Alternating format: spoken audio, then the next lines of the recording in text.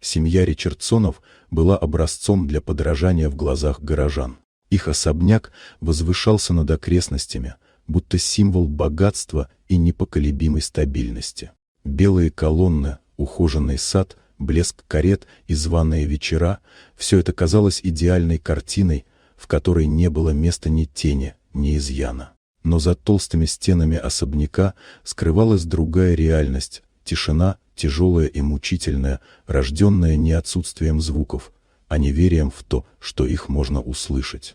Дэниел, единственный сын, был окружен заботой и роскошью, но с 3 лет считался глухим. Врачи, приглашенные из разных городов, с серьезными лицами подтверждали диагноз. Родители приняли его слова как приговор и обустроили жизнь сына так, будто мир действительно не мог достучаться до него. Разговоры в доме стали скупее, шаги звучали тише, музыка исчезла. Особняк будто подчинился молчанию ребенка.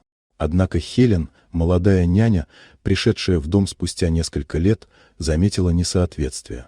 Сначала это были мелочи. Едва заметный вздрагивающий жест при резком сквозняке, смех, совпавший с громким лаем собаки за окном, или быстрый поворот головы, когда его имя звали чуть громче обычного. Сначала Хелен решила, что это совпадение, но чем больше она наблюдала, тем настойчивее в ней росло ощущение обмана.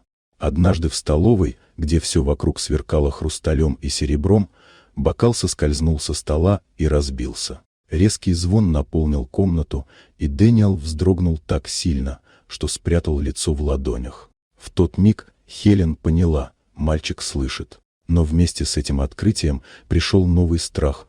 Почему он скрывает правду? Она стала внимательнее следить за ним. Иногда в его взгляде проскальзывала тень тревоги, будто он боялся быть разоблаченным.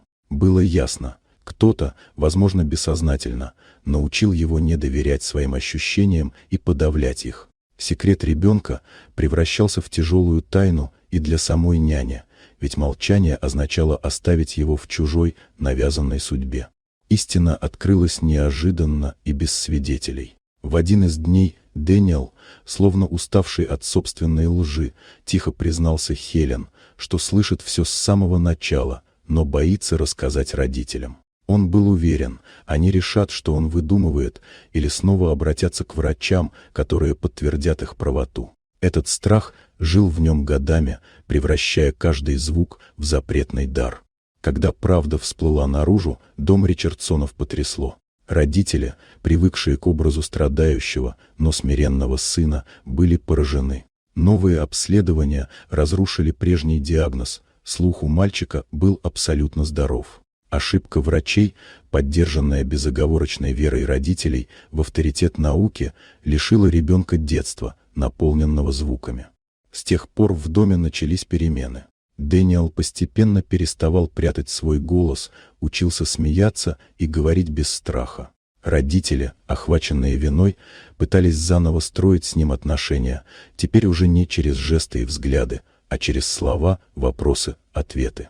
Они учились слышать не только его речь, но и самого ребенка, его желания, радости, обиды. Особняк оживал. В нем зазвучали шаги, смех, легкая музыка, которая прежде хранилась в сундуках, словно ненужное украшение.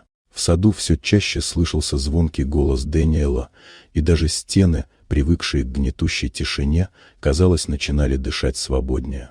Хелен осталась рядом, понимая, что ее вера в мальчика изменила не только его судьбу, но и всю семью. Она видела, как медленно уходит из дома тягостная тишина и как ее место занимает доверие и любовь. С тех пор особняк Ричардсонов перестал быть холодной крепостью совершенства. Он стал домом, наполненным звуками, где каждый новый день дарил не страх, а живое эхо радости.